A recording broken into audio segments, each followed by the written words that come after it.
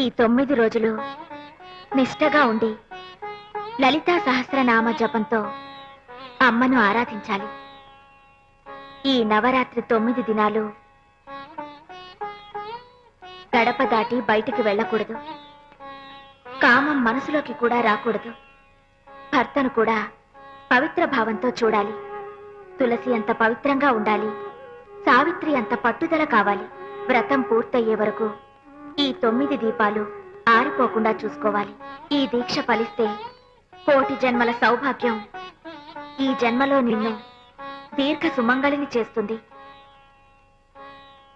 ఇక నీ పీడకల దూరమైపోతుంది. నేను నీకు తోబుట్టుని కాకపోయినా ఇంత తోడుగా నిలిచావు. నీకు నాకు సంబంధం ఏమిటి? ఈ వ్రతాన్ని ఆ ఇంటితో సంబంధం ఉన్నవాళ్లే చేయాలి. 3 ముళ్ళు పడిన మొత్తలేదు